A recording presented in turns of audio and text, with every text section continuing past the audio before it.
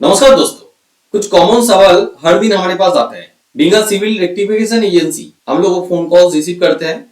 जब मैं यूट्यूब में लाइव सेशन करता हूँ वहां पे भी ऐसा सवाल आता है और मेरे यूट्यूब कमेंट सेक्शन में भी ऐसा सवाल आता है। कुछ लोग कहते हैं कि सर मेरा सिविल रिपोर्ट में रिटर्न ऑफ स्टेटस है जिस कारण से मेरे को लोन नहीं मिल रहा है, तो मैं इस रिटर्न ऑफ लोन को सेटल कर लेंगे तो मेरे को आगे लोन मिलेगा या नहीं। कुछ लोग ऐसे भी है जो लोग कहते हैं सर मेरा सिविल रिपोर्ट में सेटल स्टेटस है जिस कारण से मेरे को लोन नहीं मिल रहा है, मेरे को क्या करना चाहिए ताकि मेरे को आगे लोन मिल जाए। अब देखिए दोनों का एक ही कंप्लेन है, दोनों को ही लोन नहीं मिल रहा है। पहला बंदा कह रहा है कि मैं सेटल कर लेंगे लोन मिलेगा या नहीं, यहाँ पे दूसरा बंदा कह रहा है कि नहीं मेरे को सेटल की वजह से लोन नहीं मिल रहा है।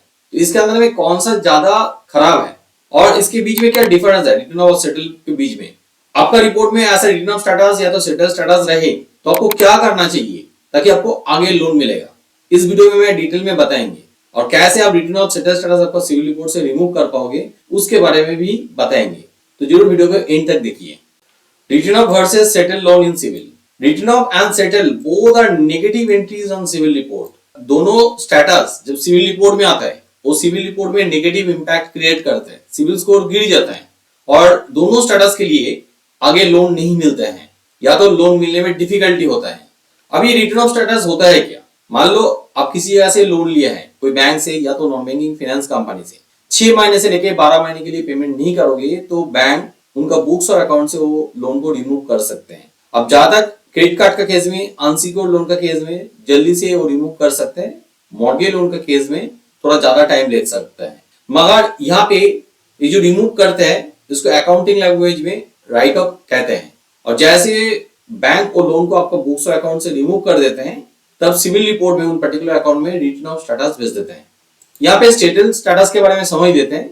कोई कस्टमर लोन लिया है या तो क्रेडिट कार्ड लिया है और उन्होंने कंटिन्यूली पेमेंट नहीं कर पा रहा है, ईएमआई फेल कर रहे हैं या तो क्रेडिट कार्ड का बिल नहीं भर पा रहे हैं, तो बैंक यहाँ पे एक टाइम के बाद कस्टमर को ऑफर कर सकते हैं कि आपको हम लोग एक डिस्काउंट दे रहे हैं, आप पूरा पैसा को एक ही साथ डिपॉजिट करके अकाउंट को क्लोज कर लीजिए क्योंकि आपने टाइमली पेमेंट नहीं कर पा रहा है, अकाउंट को कंटिन्यू नहीं कर पा रहे हैं। तो जहां तक ये ऑफर क्रेडिट कार्ड का केस में, अनसिक्योर्ड लोन का केस में आते हैं, मॉर्गेज लोन का केस में इतना आसानी से सेटल ऑफर नहीं आता है।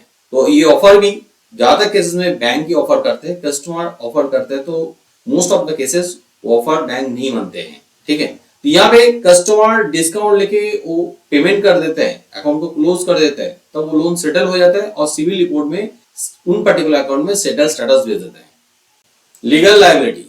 रिटर्न ऑफ लोन का केस में बैंक आपका लोन उनका बुक्स और अकाउंट से रिमूव कर दिया, इसका मतलब ये नहीं कि आपका लायबिलिटी खत्म हो गया है।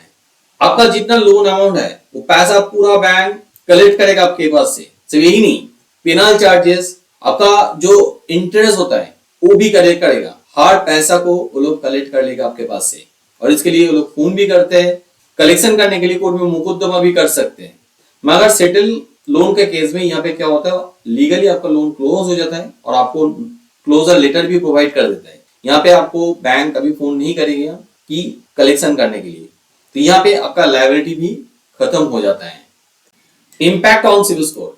ठीक है, आपका सिविल रिपोर्ट में रिटर्न ऑफ स्टेटस चला है तो आपका सिविल स्कोर बहुत बुरी तरह से गिर जाता है और सिविल रिपोर्ट में रिटर्न ऑफ स्टेटस भी भेज देता है, जो मैं पहले ही बताया हूँ।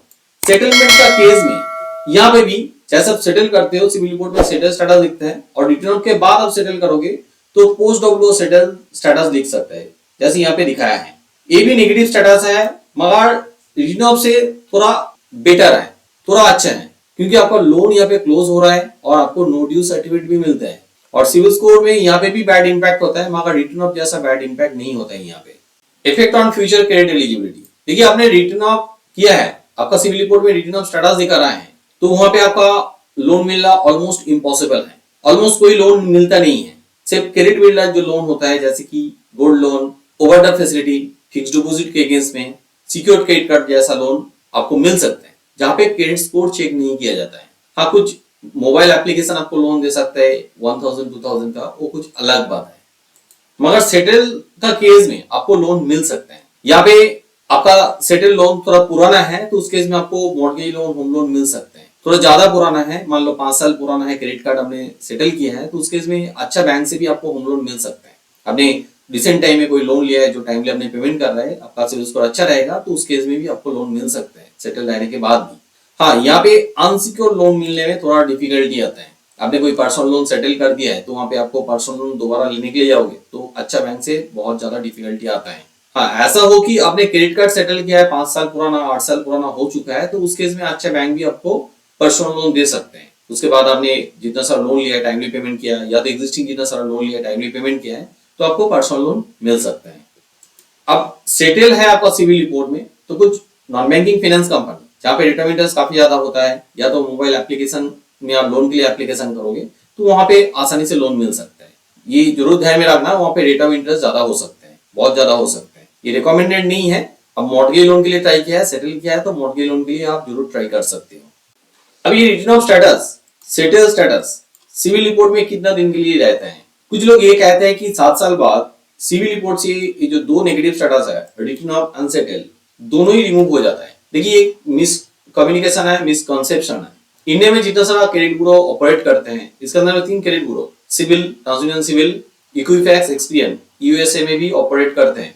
यूएसए में ऐसा रूल्स है 7 साल या तो 10 साल बाद कोई बैंकक्रप्ट अकाउंट को उनका डेटाबेस से रिमूव कर सकते हैं, क्रेडिट ब्यूरो का डेटाबेस से। मगर इंडिया में ऐसा कोई रूल्स है नहीं, यहाँ पे रिमूव नहीं होता है। फिर भी कुछ लोग ये डिमांड कर रहे हैं कि इंडिया में भी रिमूव हो रहा है। मगर मेरा प्रैक्टिकल एक्सपीरियंस से मैं बता रहा हूँ, मोर देन 8 इयर्स, अभी 9 इयर्स हो चुका है मैं सिविल एक्टिवेशन का काम कर रहा हूँ। वहां पे ऐसा बहुत सारा कस्टमर अभी भी देखता हूँ जिनका सिविल रिपोर्ट में 8 साल 10 साल 15 साल पुराना लोन्स है जहाँ पे रिटर्न ऑफ स्टेटस दिखा रहा है, सेटल स्टेटस दिखा रहा है, अपने आप रिमूव नहीं हुआ है। और वहां पे आप लोग रिमूव करने के लिए बैंक को रिक्वेस्ट करते हैं तो बैंक पैसा मांगता है, पैसा डिपॉजिट करने के बाद तभी जाके वो रिमूव हो पाता है। तो आपको कोई यहाँ पे आर्गूमेंट रहे तो जरूर नीचे कमेंट बॉक्स में कमेंट कीजिए। ठीक है, आपका सिविल रिपोर्ट में रिटर्न ऑफ स्टेटस है तो कभी आपको लोन नहीं मिलेगा, ऐसा भी नहीं है। और हम लोग देखा है कि सेटल लोन का केस में लोन मिल रहा है मगर यहाँ पे हमेशा हर टाइप का लोन मिलता है ऐसा नहीं है और रेट ऑफ इंटरेस्ट भी बहुत ज्यादा हो जाता है। तो इस प्रॉब्लम को भी आप ओवरकम कर सकते हो। दोनों केस में आपको क्या करना चाहिए मैं आगे आप लोगों को समझाता हूँ। सबसे पहले आप सिविल रिपोर्ट को अच्छा से रीड कर लीजिए क्योंकि कभी कभी देखा जाता है आपका सिविल रिपोर्ट में कोई रिटर्न ऑफ अकाउंट है, सेटल लोन अकाउंट है जो आपने लिया ही नहीं है। तो वहां पे लिया नहीं है तो आप सिविल में ऑनलाइन में डिस्प्यूट रेज कर दीजिए, कंप्लेन कीजिए, कंप्लीट लोन रिमूव हो जाता है और आगे आपको आसानी से लोन मिल जाएगा। मगर सच में आपने लोन लिया है जहां पे रिटर्न ऑफ हो चुका है या तो आपने सेटल किया है तो उस केस में आप क्या करोगे। सबसे पहले लेंडर के साथ कांटेक्ट कीजिए, वहां से आप डिमांड लेटर लीजिए यानी कि आउटस्टैंडिंग लेटर कितना एग्जैक्टली आपको पे करना पड़ेगा। आप पे करोगे तभी जाके इसको आप रिमूव कर सकते हो, विदाउट पेमेंट किए आप रिमूव नहीं कर पाओगे। ठीक है, तो आप पहले आउटस्टैंडिंग लेटर लीजिए, उसके बाद पैसा पेमेंट कीजिए और पेमेंट करने के बाद जरूर नो ड्यू सर्टिफिकेट लीजिए। सेटल लोन का केस में आपको ऐसा लग सकता है कि नहीं मेरे को तो पहले ही क्लोजर लेटर मिल गया, ऐसा नहीं है। अपने दोबारा पेमेंट कर रहे हैं, अकाउंट को स्टैंडर्ड कर रहे हैं तो आप जरूर नो ड्यू सर्टिफिकेट लीजिए क्योंकि पहला वाला लेटर में आपने कॉम्प्रोमाइज सेटल किए थे मेंशन किया है और यहाँ पे स्टैंडर्ड क्लोज हुआ है मेंशन रहना चाहिए, तभी जाके आपको ये सेटल स्टेटस भी अपने आप रिमूव हो जाएगा। रिमूव करने में आसान रहेगा और आगे लोन मिलने में भी आपको सुविधा रहेगा। तो ये चीज जरूर ध्यान में रखिए। आप पेमेंट तो कर दिया है, ठीक है, इसके बाद आपको क्या करना चाहिए।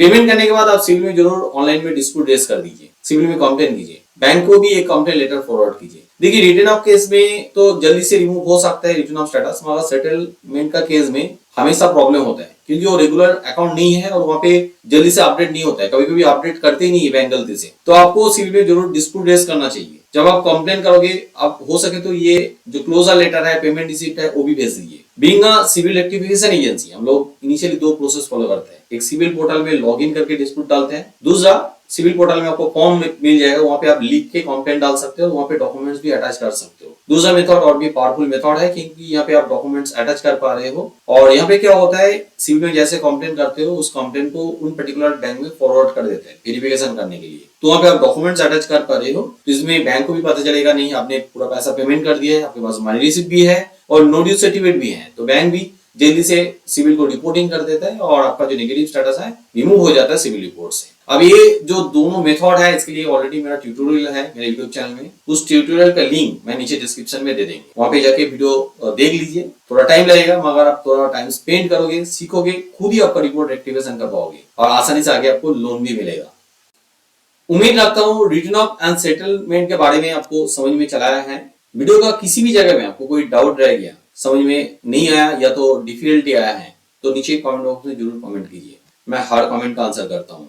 आपका सिविल रिपोर्ट में ऐसा रिटर्न ऑफ या तो सेटल स्टेटस है जिसके कारण से आपको लोन नहीं मिल रहा है मगर आपके पास उतना टाइम नहीं है एक्टिवेशन करने के लिए या तो आपको प्रोसेस थोड़ा डिफिकल्ट लग रहा है तो उस केस में आप हमें कांटेक्ट कर सकते हो। हम लोग आपके लिए आपका सिविल रिपोर्ट रेक्टिफिकेशन करके देंगे और सिविल स्कोर को भी इम्प्रूवमेंट कर देंगे।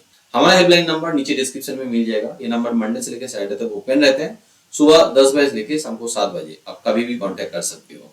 मान लो वीडियो आप रात में देख रहे हैं तो अलग से डिस्क्रिप्शन में आपको व्हाट्सएप नंबर भी मिलेगा, आपका रिपोर्ट व्हाट्सएप कर सकते हो। नेक्स्ट डे मेरी टीम आपको कांटेक्ट कर लेगी और जो भी आपका प्रॉब्लम है देख के बता देगी।